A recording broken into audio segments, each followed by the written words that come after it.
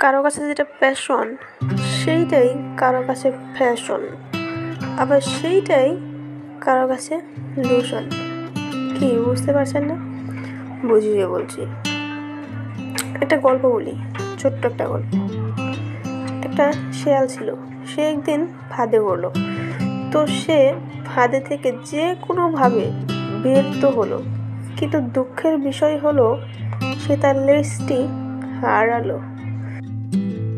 জঙ্গলে কিভাবে বের হব? আমার তো মান-ইজ্জতের ফালুদা হয়ে গেল। আমি এখন মুখ দেখাবো কি করে? আমার তো আর কোনো মান সম্মানই থাকলো না। লেজ ছাড়া দেখতে তো আমাকে জোকারের মতো লাগছে। আমার তো সবই শেষ হয়ে গেল। তো লেজ ছাড়া শেয়ালটাকে দেখতে খুবই অদ্ভুত দেখাচ্ছিল। তো অন্য শিয়ালরা তাকে দেখে হাসাহাসি শুরু করলো। এটা দেখে শিয়ালটা খুবই দুঃখ পেল। তখন শিয়ালটি অন্য জায়গায় চলে যাওয়ার সিদ্ধান্ত নিল। সে হাঁটতে শুরু করলো। এভাবে শিয়ালটির লেজ আবার বড় হয়ে গেল।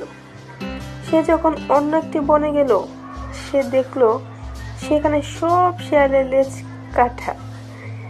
সবাই তার দিকে হাঁ করে তাকালো, আর তার লম্বা লেজ দেখে সবাই হাসাহাসি শুরু করলো।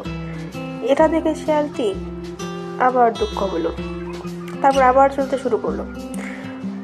আবার ততদিনে শিয়ালটির লেজ আবার বড় হয়ে গেছে। তখন শিয়ালটির লেজ আগের থেকে অনেক বড় হয়ে গেছে, গায়ের লোমগুলো বড় হয়ে গেছে। হঠাৎ কতগুলো শিয়াল এসে তাকে রাজার মতো সম্মান করতে লাগলো। শিয়ালটি প্রথমে কিছু বুঝতে পারছিল না যে কেন তারা এত সম্মান করছে।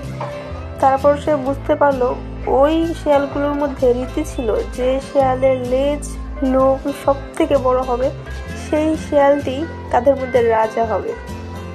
তো তারপর থেকে সেই শিয়ালটি সেখানে রাজা হয়ে গেল। তখন শিয়ালটি বুঝতে পারলো যে আসলে পৃথিবীটাই এরকম।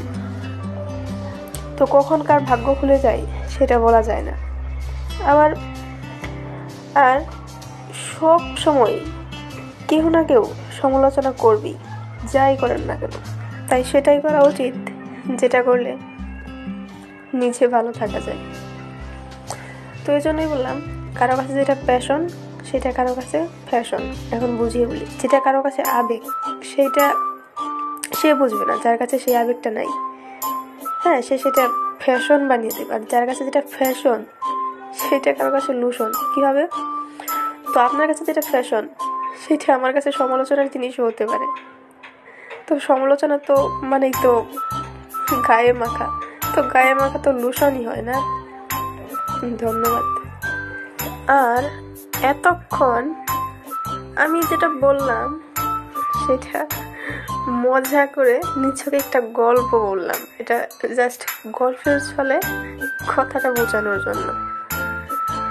তো ধন্যবাদ সবাইকে।